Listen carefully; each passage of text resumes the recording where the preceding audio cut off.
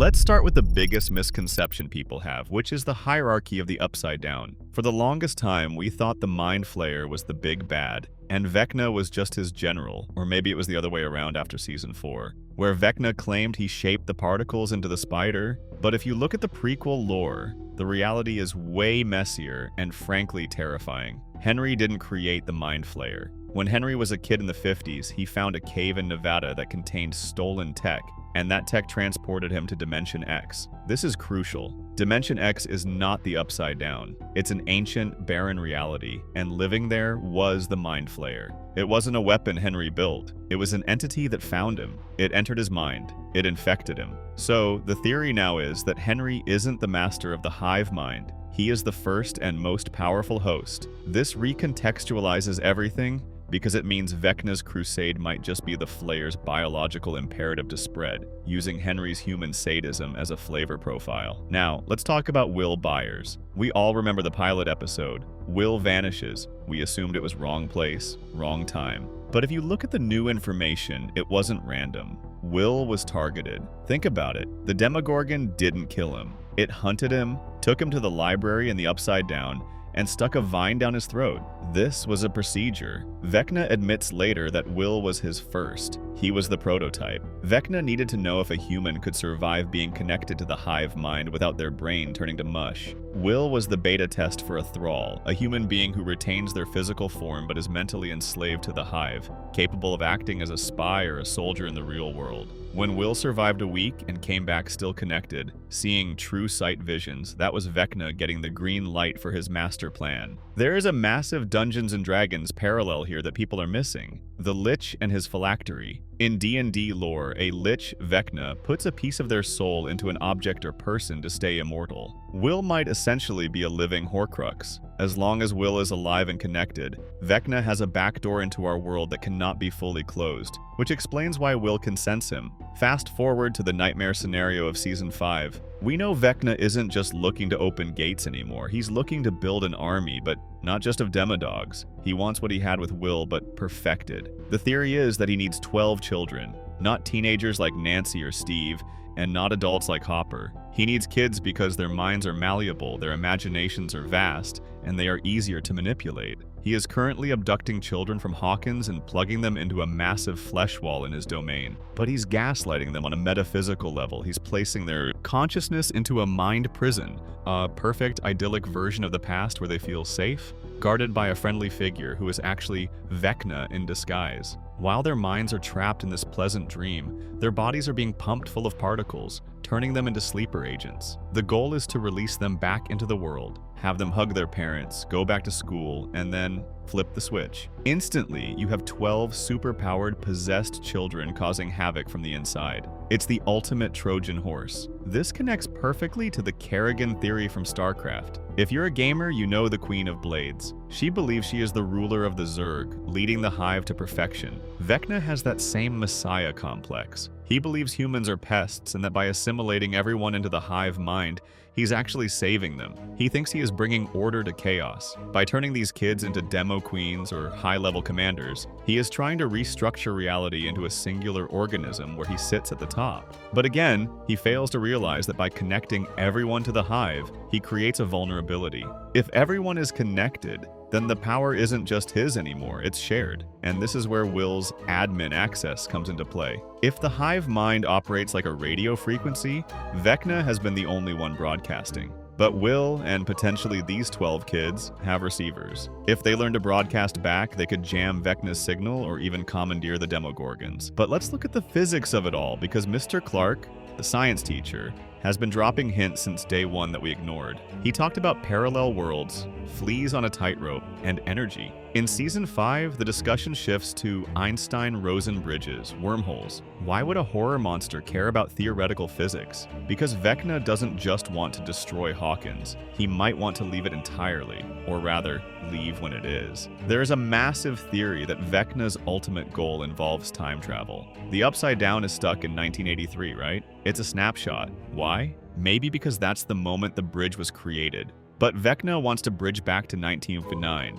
This links back to the concept of a tesseract. which was briefly mentioned in Season 1 and relates to A Wrinkle in Time, a book about traveling through dimensions to fight a great evil. If Vecna creates a tesseract, he can fold space and time. The clues are there. The clock chiming 4 times, the fascination with time. Even the shape of the monster in Will's drawing looks like a wormhole diagram. Why would Vecna want to go back? To stop himself. Not to stop being evil, but to stop the event that ruined his life, killing his family and getting captured by Brenner. Or perhaps, in a twisted way, he wants to save them? Think about it. He kidnaps Holly Wheeler, Mike's little sister, but he doesn't just kill her immediately. He gives her things. He interacts with her.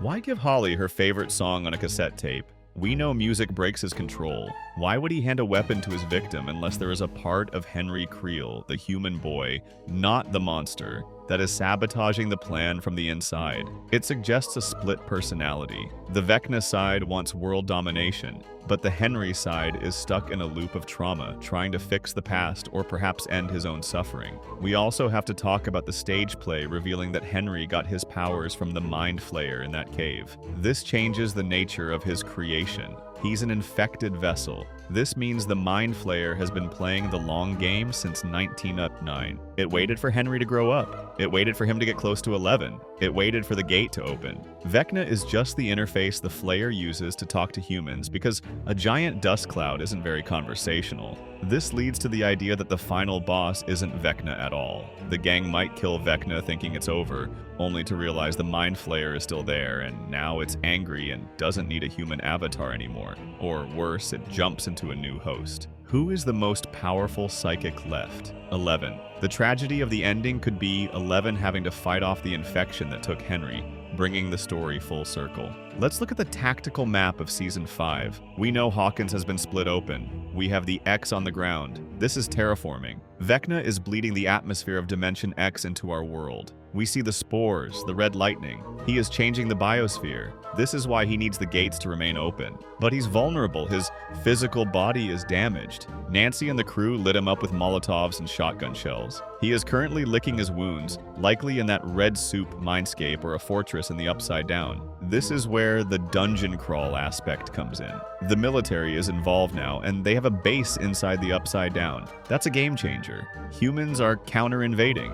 And speaking of counter-invasions, we can't forget about Kali 008. Everyone forgets about her, but she is the only other Hawkins lab kit alive. Her power is illusions. Vecna relies on fear and visions to kill. Kali creates visions. She is the perfect counter-narrative. If Vecna tries to trap the group in a nightmare, Kali could theoretically overlay a new reality, a safe one, or trick Vecna with an illusion of his own fears. Something like Vecna thinking he's won, only to realize he's standing in an illusion created by 008, leaving him open for a final blow from 11. It's the team-up we've been waiting for. This also brings up the D&D legend of Cass the Bloody-Handed. In the game, Vecna has a lieutenant named Cass who eventually betrays him. Fans are desperate to know who Cass is in the show. Is it Kali? Is it Steve Harrington, who has been bitten by bats, vampires? Or is it a resurrected Eddie Munson playing the role of the undead traitor? If Kali shows up, she fits the role of the one person close to Henry's origin who turns the tables. Then there is the Max factor. Max is currently brain dead in the real world, blind and broken.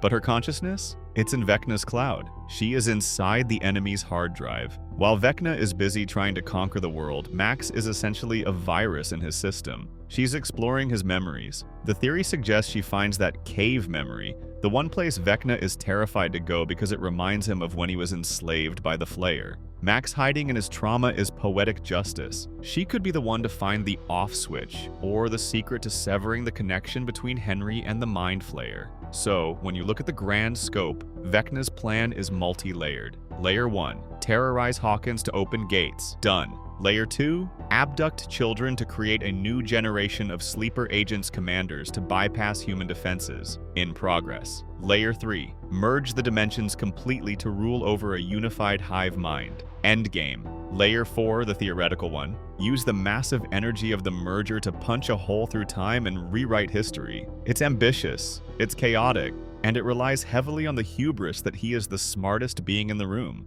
But his arrogance is his weakness. He dismissed Will as weak, calling him a failed experiment. He dismisses 11 as a disappointment. He dismisses humanity as insects. But insects swarm. He taught Will how to use the hive mind, thinking Will was too scared to use it. He let Max into his mind, thinking she was broken. He let 11 live, thinking he could turn her. He has left pieces of himself scattered all over the board, and those pieces are starting to wake up. Ultimately, Vecna is a tragic figure, but not in a way that excuses him. He is a victim who decided to pay that abuse forward to the entire world. He represents trauma that is never processed, only weaponized. The first Shadow lore really hammers this home. Henry was a troubled kid, sure, but the absolute monster he became was forged in Dimension X by a force beyond human comprehension. The final battle is going to be about reclaiming free will. It's Will taking back his body. It's 11 taking back her life. It's Henry Creel perhaps finally being put out of his misery and severed from the shadow that ate his soul 50 years ago.